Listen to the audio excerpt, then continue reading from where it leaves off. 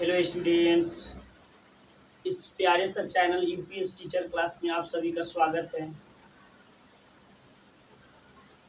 पूरे वीडियो में बने रहिएगा, आज बहुत ही मज़ा आने वाला है।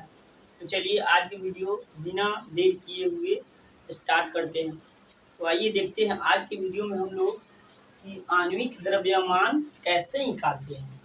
आणविक द्रव्यमान निकालने के तरीका यानी अणु के द्रव्यमान हम लोग कैसे निकालते हैं। तो सबसे पहले समझेंगे कि अणु क्या होता है। ये बात समझिए कि परमाणु क्या होता है। यानी परमाणु छोटे छोटे पदार्थ छोटे छोटे कणों से मिलकर बने होते हैं।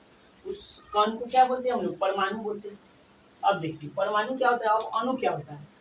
तो दो या दो से अधिक परमाणु एक जगह मिले रहता है तो उसी को हम लोग क्या कहते हैं? अणु कहते हैं। यानी दो या दो से अधिक परमाणु मिलकर जो बनाता है वो क्या होता है? अणु होता है। इस देखिए सिर्फ हाइड्रोजन है तो ये क्या हो गया? सिर्फ एच है तो ये क्या हो गया? हाइड्रोजन। यानी ये हो गया परमाणु।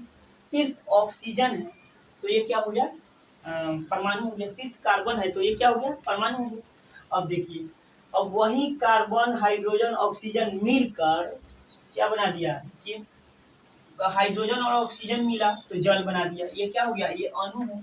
क्योंकि दो या दो से अधिक परमाणु मिला है। जैसे देखिए कई गो हाइड्रोजन है? दो हाइड्रोजन है और एक ऑक्सीजन। यानी दो हाइड्रोजन और एक ऑक्सीजन यानी तीन परमाणु मिलकर एक जल बनाया। तो यानी कहेंगे हम कि दो या दो से अधिक परमाणु के मिलने से क्या बनता है? अणु बनता है।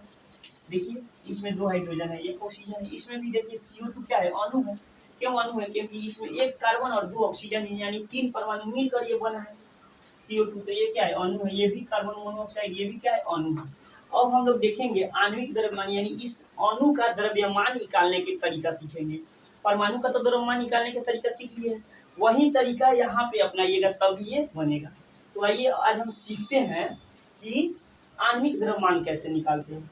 तो चलिए सबसे पहले देखेंगे इस कार्बन मोनोऑक्साइड का सूत्र क्या होता है? CO। आप सुने होइएगा आप लोग कार्बन मोनोऑक्साइड का सूत्र क्या होता है? CO। सबसे पहले देखेंगे ये किस किस चीज से मिलकर बना है। तो ये कार्बन और ऑक्सीजन से मिलकर बना है।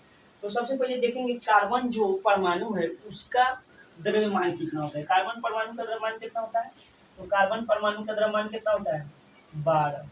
अब देखिए जब कार्बन परमाणु का द्रव्यमान 12 हो गया, अब जैसे दूसरा परमाणु पाएंगे जैसे कार्बन परमाणु के तो 12 लिख दी, जैसे दूसरा परमाणु पाएंगे तो लिखेंगे प्लस।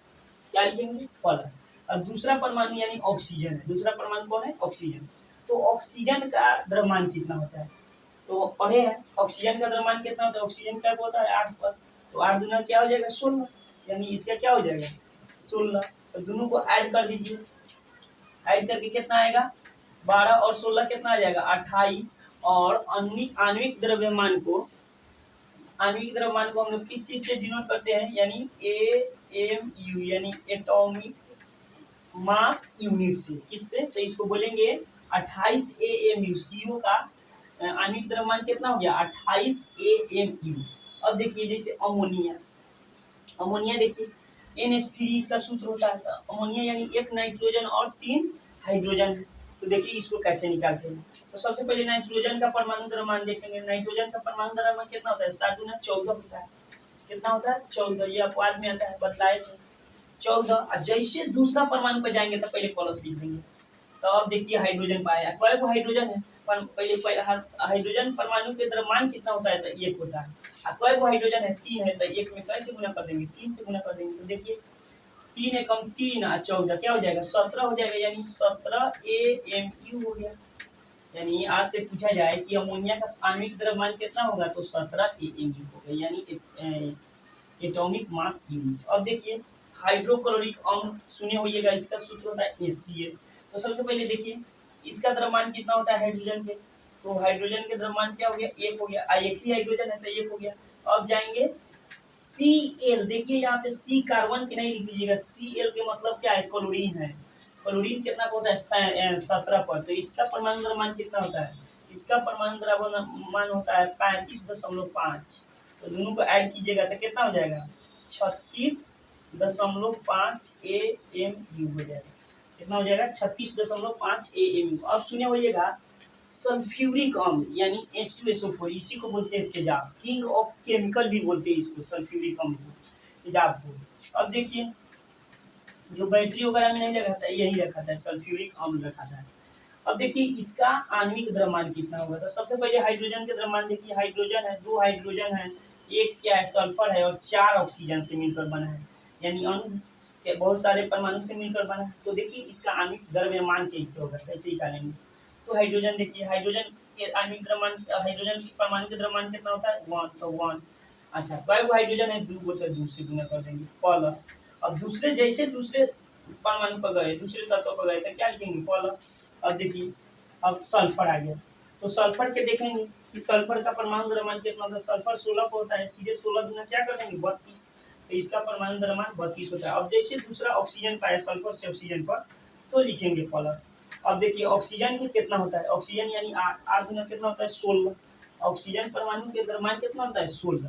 अब देखिए ऑक्सीजन कै गो है 4 गो है, तो क्या करेंगे 16 में 4 से गुना कर देंगे, कर कीजिए, तो 2 में 1 से गुना कीजिएगा तो 2 प्लस 32 के 32 प्लस 16 चौको क्या हो जाएगा 64, तो सबको ऐड कीजिएगा तो कितना हो जाएगा 98, यानी जो तेजाब होता है उसका आणविक द्रव्यमान कितना होता है 98 AMU होता है, कितना होता है 98 AMU। अब देखिए फॉस्फीन यानी फास्फोरस, फास्फोरस कितना पता है 15, तो कितना हो जाएगा 15 दूना 30, 31 हो जाएगा, इसका फास्फोरस के परमाणु द्रव्यमान कितना होता है 31। आज देखिए जैसे हाइड्रोजन का है तो लिखेंगे प्लस, 3 गो हाइड्रोजन है यानी 1 गुना 3 कितना हो जाएगा 31 और 3 34, 34 AMU हो जाएगा, कितना हो जाएगा 34 AMU हो जाएगा। अब देखिए हम लोग देखते हैं क्या नाइट्रिक अम्ल, सुने होइएगा नाइट्रिक अम्ल। देखिए नाइट्रिक अम्ल में पहले क्या हाइड्रोजन है, एक हाइड्रोजन है, एक नाइट्रोजन है और 3 ऑक्सीजन से मिलकर नाइट्रिक अम्ल बना है। इसका आणविक द्रव्यमान कैसे निकालेंगे, तो हाइड्रोजन का परमाणु द्रव्यमान 1, अब जैसे गए नाइट्रोजन पता लिखेंगे प्लस, नाइट्रोजन का कितना होता है 7 7 गुना 14, ठीक है नाइट्रोजन 1 के 14 प्लस ऑक्सीजन पर गए, ऑक्सीजन पे कितना होता है 8 8 गुना 16, एक ऑक्सीजन का द्रव्यमान कितना होता है 16, तो 3 ऑक्सीजन का द्रव्यमान कितना हो जाएगा 3 से गुना हो जाएगा, तो एक कितना हो जाएगा यहाँ पे 1 14 1 15 और 16 ये 48, 15 और 48 कितना हो जाएगा टोटल मिलाकर 63 AMU होगा, कितना होगा 16 ये 48, हाँ 63 AMU हो जाएगा। अब देखिए ग्लूकोज के नाम सुने होइएगा, ग्लूकोज का क्या होता है C6H12O6, तो यानी 6 कार्बन है, 6 कार्बन है, अब 12 हाइड्रोजन और 6 ऑक्सीजन से मिलकर ग्लूकोज बना है। तो देखिए इसका कैसे निकालते हैं।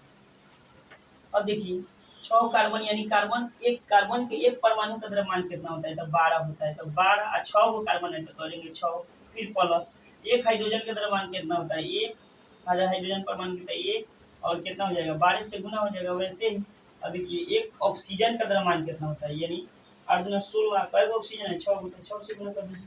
अब देखिए 12 छक क्या हो जाएगा 72, अब प्लस 12 छक 72 अब प्लस 12 में 1 से गुना करेंगे तो 12 अब प्लस 16 छक कितना होगा 16 छक 96, तो सबको ऐड कर दीजिए कितना आता है, चलिए ऐड करते हैं 8 10 के 0, अब क्या होगा 9 1 10, 9 7 16 1 17 1 18, यानी 180 AMU आएगा, यानी आज से याद रखिएगा कि ग्लूकोज का आणविक द्रव्यमान कितना होता है 180 AMU होता है, यानी एटॉमिक मास यूनिट, यानी 12 72 12 16 96, तो 10 के 0 हाथ में 1 हो गया, 9 1 10 7 17 1 18 180 हो गया।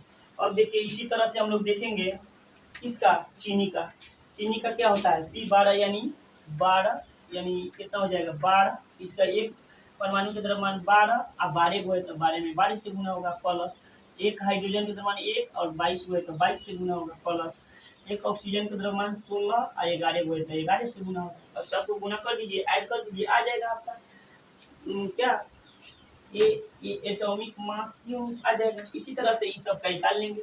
अब देखिए जैसे नमक के NaCl है, तो ये नहीं कहेंगे ये नाइट्रोजन है, ये दूसरे तत्व है, नहीं, Na का मतलब होता है सोडियम, क्या होता है सोडियम, तो सोडियम के एक परमाणु का द्रव्यमान कितना होता है, सोडियम के एक परमाणु का द्रव्यमान आपका होता है सोडियम के इस सोडियम का एक परमाणु NaMe के सोडियम परमाणु है, तो इसका द्रव्यमान कितना होता है? 11 11 × 22 23 होता है। अब प्लस क्लोरीन के कितना होता है? 35.5। इसको ऐड कर दीजिए, कितना आएगा? 23 और 35 कितना हो जाएगा? 58, यानी 58.5 AMU हो जाएगा, AMU हो जाएगा। अब देखिए CaCO3 यानी संगमरमर, तो कैल्शियम कितना होता है? 20 2 40, यानी इसका हो गया 40 और प्लस कार्बन है, कैल्शियम के बाद कार्बन है, ऑक्सीजन है, तो कैल्शियम के बाद कार्बन के कितना है? ये कार्बन है तो 12 प्लस 3 गो है ऑक्सीजन, तो 16 और गुने 3, तो सब कुछ ऐड करिए, तो 40 और 12 कितना हो जाएगा? 52 और 16 3 48, क्या हो जाएगा? 100 हो जाएगा, 100 AMU हो जाएगा। यानी संगमरमर का आणविक द्रव्यमान कितना हो जाएगा? 100 AMU हो जाएगा। इसी तरह से यूरिया का है। अब यूरिया के देखिए, यूरिया को N, इसका सूत्र होता है NH2CONH2, इसको ऐसे भी लिख सकते हैं CONH2 के 2 NH2 है, तो इसको उल्टा ऐसे लिख सकते हैं। अब देखिए कार्बन और ऑक्सीजन है, तो कार्बन के कितना होता है? 12, अब प्लस ऑक्सीजन है, तो ऑक्सीजन के कितना होता है? 16। अब देखिए इसमें आइए, नाइट्रोजन के कितना होता है? 14 और प्लस ये कितना है? 1 और गुने 2, यानी 2 हाइड्रोजन है, और सभी को कितना से गुना करेंगे? 2 से गुना करेंगे, क्योंकि सभी क्या है? 2 2 है, यानी ये कितना हो जाएगा? यहाँ पे प्लस लिखेंगे, क्या लिखेंगे? प्लस लिखेंगे, प्लस ऐसे करेंगे। अब देखिए कितना हो जाएगा? 28 28 और प्लस 14 2 16, 16 दूना कितना हो जाएगा? 32, 28 और 32 कितना हो गया आपका? 60 हो गया, 60 AMU आ गया। यानी यूरिया का एटॉमिक मास कितना हो गया? एटॉमिक मास करें, आणविक मास कितना हो गया? आणविक द्रव्यमान कितना हो गया? 60 AMU हो गया। जैसे अब कास्टिक सोडा के देखिए, जैसे 11 दूना 22 है, 23 हो जाएगा, प्लस ऑक्सीजन के 16 प्लस हाइड्रोजन के 1, सबको जोड़ दीजिए, कितना हो जाता है? तो 16 23 40, क्या हो जाएगा? 40 40 AMU हो गया। अब इसका देखिए बेकिंग सोडा के देखिए, तो बेकिंग सोडा के क्या हो जाएगा? Na यानी सोडियम है, तो सोडियम के 23 और प्लस हाइड्रोजन के 1 और प्लस कार्बन के 12 और प्लस इसका ऑक्सीजन के 16 और गुना 3 गो ऑक्सीजन है, तो 3 हो जाएगा। अब देखिए 23 और प्लस 1 और प्लस 12 और प्लस 48, सबको जोड़ दीजिए, कितना हो जाएगा? 12 48 60, 60 कितना है? 24, 60 और 24 कितना हो जाएगा? 84 हो जाएगा, 84 AMU आ गया। तो देख लीजिए इस तरह से हम लोग क्या करते हैं? आणविक द्रव्यमान निकालते हैं। और किसी भी चीज का आप लोग आणविक द्रव्यमान, किसी भी अणु का आणविक द्रव्यमान आराम से निकाल सकते हैं। तो चलिए आज का वीडियो यहीं पे समाप्त करते हैं, और आज का वीडियो यहीं पे समाप्त करते हैं। अगर वीडियो अच्छा लगा हो तो लाइक कीजिए, सब्सक्राइब कीजिए एंड शेयर कीजिए। दिल से वीडियो को देखने के लिए धन्यवाद देता हूँ, और चलिए